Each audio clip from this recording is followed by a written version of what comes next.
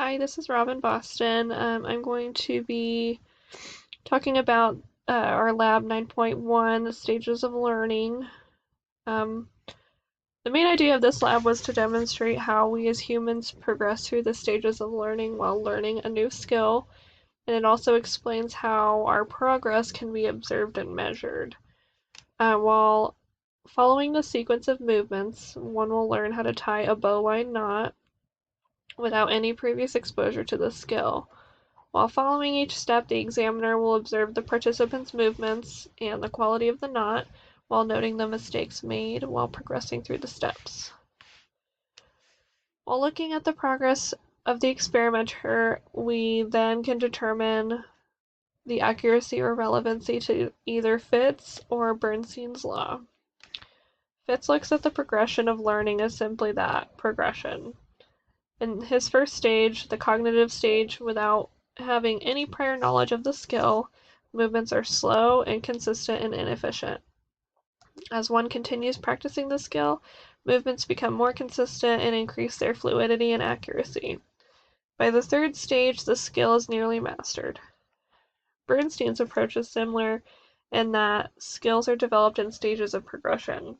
First, there is a stage of freezing redundant degrees of freedom, until finally the controller learns to use the external forces rather than fight them.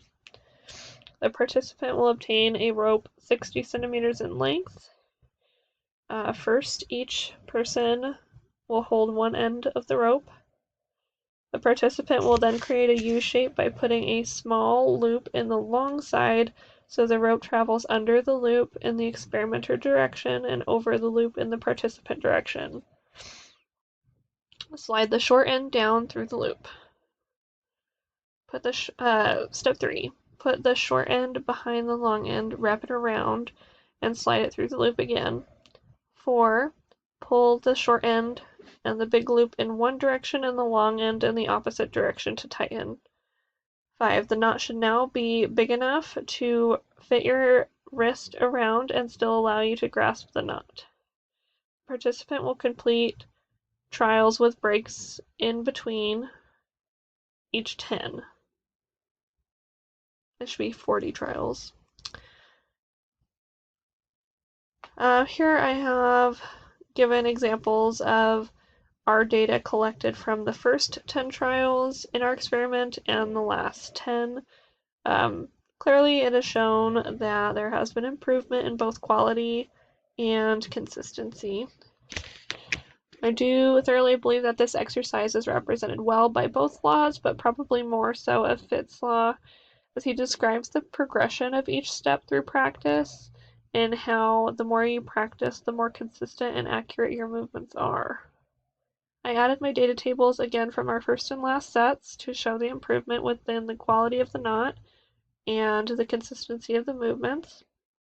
By the end of the trial, the movements of the experimenter were definitely improved and increased in fluidity as described. We can take these thought processes and apply them to so many other skills in life. For example, learning to play hopscotch or learning to pitch a softball.